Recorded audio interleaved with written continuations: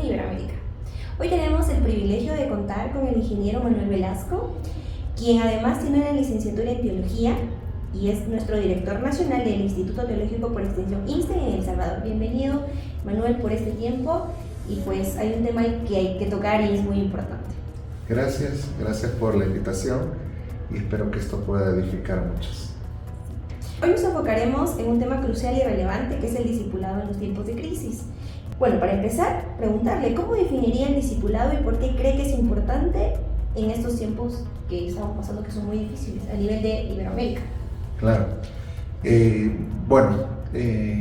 Yo creo que el discipulado, muchas veces cuando nosotros no entendemos todo lo que esto implica, pensamos que el tener acceso a un discipulado, a una formación, a un proceso que Dios está haciendo en nosotros, elimina automáticamente, ese es el pensamiento generalizado, elimina automáticamente las dificultades, cuando es todo lo contrario.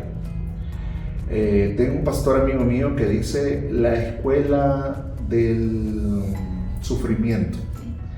¿Y dónde se da el sufrimiento? En medio de una crisis. Entonces, el discipulado está altamente ligado a las crisis. ¿Por qué?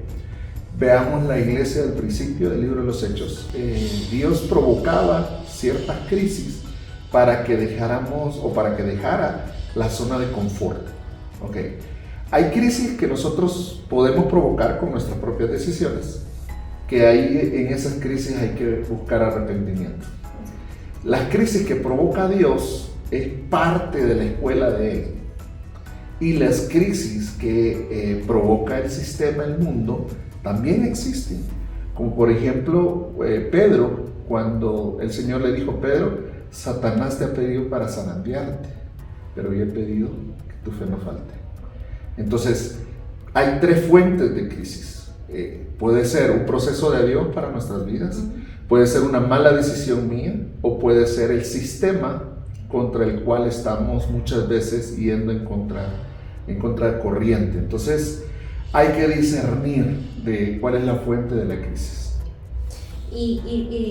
¿Cómo influencia el discipulado en los tiempos de crisis? Es como usted menciona, está muy ligado. Está ligadísimo. Vamos con la siguiente pregunta.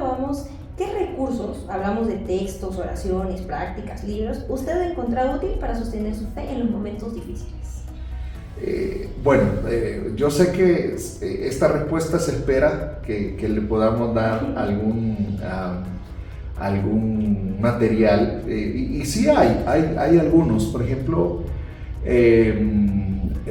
John Maxwell tiene algunos libros, ya los voy a mencionar, pero más allá de enfocarme en algún material, yo sí creo, y siempre lo he pensado de esta manera, que ¿dónde puedo echar yo el mayor recurso que puedo tomar yo para momentos de crisis? Es la palabra por excelencia, la Biblia. El problema es que nosotros nos acercamos a la Biblia muchas veces, siendo discípulos, nos acercamos a la Biblia limitadamente, es decir, en un devocional, el culto del domingo, y entonces es muy poco el caudal que yo puedo tener de palabra en mi corazón. ¿Por qué menciono esto? Porque lo que nos va a librar o que nos va a hacer pasar la tormenta, la crisis, es la fe. Ese es el elemento. Jesús, cuando vuelvo al caso de Pedro, Jesús cuando llegó donde Pedro y le dijo: se te ha pedido para zarandearte el enemigo, pero yo he pedido una cosa, nada más pidió una cosa, que tu fe no falte. El mayor recurso que nosotros tenemos es la palabra y la fe, y las dos conviven mutuamente. Ese es el mayor recurso que tenemos. Sí hay libros, sí hay autores muy buenos que yo recomiendo que podamos leer, pero por excelencia la Escritura, y por excelencia también, obviamente, guardar nuestra fe. ¿Cómo se guarda la fe? A través de la palabra. La fe viene por el oír y el oír por la palabra de Dios. Entonces, quizás el enfoque sería, esos dos elementos no tienen que faltar en momentos de crisis. Justo enfatizando la fe, o cuando tenga la fe viene por el oír y el oír de la palabra de Dios. Exacto. Ahora va ligado también lo que usted mismo decía, el hecho de que los libros o alguna otra literatura que podamos necesitar es un complemento, pero la base es la palabra. Son complementos. Vamos con la siguiente. ¿Cómo cree que la empatía y la comprensión mutua son los fundamentos en el proceso del discipulado en los tiempos difíciles? Bueno, la empatía nace en las crisis. Muchas veces nosotros teóricamente sabemos algunas cosas, pero hasta que nosotros pasamos momentos de crisis, nosotros nos volvemos empáticos con los demás. Muchas veces, y esto pasa mucho en la iglesia, aún en la iglesia postmoderna, es el hecho de que juzgamos mucho. Nos decimos, no, qué bárbaro, tal persona hizo tal cosa, yo no lo haría así. Entonces, claro, lo estamos haciendo como aquel que ve un partido de fútbol desde las gradas. Desde las gradas todos somos Messi. Perdón por hablar de fútbol, pero es real. Desde las gradas todos somos Messi. ¿Por qué no metió la cabeza? ¿Por qué no disparó de esta manera? ¿Por qué no le pegó a la pelota así? ¿Por qué no buscó el pase? Entonces, todos somos Messi desde las gradas. Pero cuando ya estamos adentro del campo, ya vemos que meter la cabeza para meter el gol no es tan fácil. Entonces, eso es lo que nos permite las crisis. Probar la misericordia y la gracia de Dios, porque eso sí es seguro, que vamos en medio de la crisis vamos a estar tomados de la misericordia y la gracia de Dios. Pero ahí es donde uno entiende y comprende que uno no es tan fuerte, que uno no es tan sabio y que uno definitivamente no lo sabe todo. Entonces eso crea empatía. Ya no es, pero Damaris, ¿por qué hizo tal cosa? No, dice uno, wow, Señor, ayuda a Damaris en este proceso que está pasando. Entonces, una de las mayores fuentes de empatía lo genera el corazón, obviamente, que es discipulado y formado, ¿verdad? Porque estamos siempre en el contexto de discipulado. Lo desarrolla básicamente en medio de la crisis, la empatía. Creo que todos vamos a pasar por eso. Y es una materia que todos vamos a pasar, tarde o temprano. Como dice, lo leí en un libro, decía que la vida es una prueba y es una prueba diaria. Y la empatía es algo que vamos a desarrollar con el proceso, pero hay que saberlo llevar. Correcto. Muy bien, vamos con lo que es la penúltima pregunta. ¿Qué consejos le darías a quienes desean ser mejores discípulos o en caso líderes en su comunidad durante el tiempo de crisis, aunque no es fácil? ¿Qué consejos le darías? Creo que nadie nos prepara para la crisis. Nadie, cuando digo nadie me refiero a ninguna persona. No hay un curso que yo pueda decir, este curso me va a ayudar para la crisis. Tal vez es el estar consciente que la crisis está ligada al discipulado. Dios utiliza las circunstancias para formarme. A Dios no le interesa mi comodidad, nunca le ha interesado. Hoy hay un evangelio postmoderno que ensalza o enaltece mucho al yo. Usted puede, usted es un campeón, usted esto, usted otro, y entonces vamos perdiendo la esencia de lo que es el discipulado. Dios está comprometido en formarme, más en que yo esté cómodo. Entonces, teniendo esa premisa, podemos decir que básicamente hay una materia que es la crisis que vamos a tener que pasar. Es parte de la escuela. Saber esto va a hacer que mi corazón se prepare o que mi corazón entienda en medio de esa crisis. Entonces, podemos nosotros hacer algo para aminorar o para entrar, sí, estar conscientes de que la crisis va a llegar. ¿Cómo yo responda a la crisis? Yo puedo acortar el proceso o alargarlo. Jonás es un profeta que al final cumple el propósito de Dios, pero alarga el proceso. ¿Sí?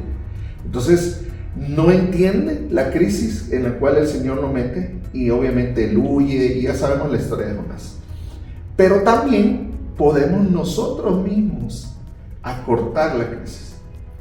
Por ejemplo, alguien que yo, desde mi punto de vista obviamente, era un hombre experto en crisis, fue Pablo. Ese personaje por excelencia que no se amilana ante las circunstancias. Allá por el capítulo 20 de Hechos dice que llegó el profeta Agabo y agarró el cinto de Pablo, se amarró las manos y dijo: al dueño de este cinto así lo van a llevar a Jerusalén. Y dice que toda la iglesia y todos los discípulos le rogaron a Pablo para que él no subiera a Jerusalén. Y Pablo, ¿qué es lo que dice? Dice: ¿qué hacen? Estoy dispuesto no solo a subir a Jerusalén y a ser preso, sino estoy dispuesto a morir. Pablo ya sabía que la crisis es parte de nuestra escuela. Ser conscientes de eso es importante, porque creo que nos ayuda a enfrentar. Si uno no es consciente, como lo mencionaba, estamos en un mundo donde todo te lo venden bien y que no es así. Pero qué gran consejo es ese. Y voy con la última pregunta. ¿Cómo cree que las experiencias de crisis pueden transformar y fortalecer el discípulo a largo plazo? Vuelvo al ejemplo de Pablo. El ministerio de Pablo, si ustedes se fijan, es un ministerio de crisis en crisis. Sí.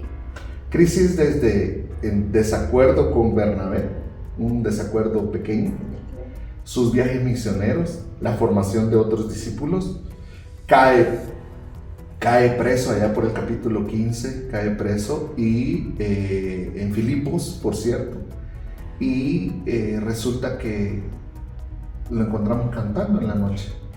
Wow. Entonces, el estar consciente de las circunstancias y lo que forman esto es lo que dice Efesios capítulo 4, el carácter de Cristo en nosotros. Ni Jesús evitó la crisis.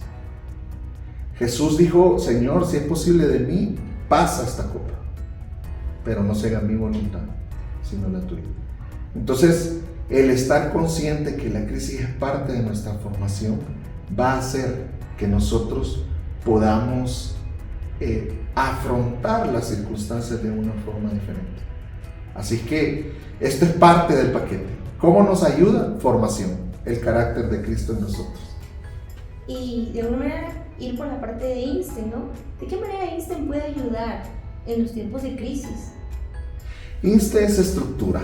Einstein me ayuda a ordenar ideas y a desarrollar, digamos, pensamientos correctos en momentos correctos. Entonces, Einstein es una herramienta, demasiado buena, ¿verdad?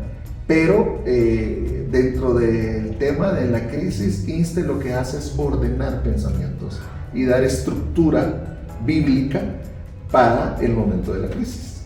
Wow, una herramienta muy importante que puede ayudar a muchas personas. ¿Algo que tengan que decir a las personas como palabras finales o desafiarlos? Ok, todo discípulo tiene sus retos y todo reto tiene su recompensa.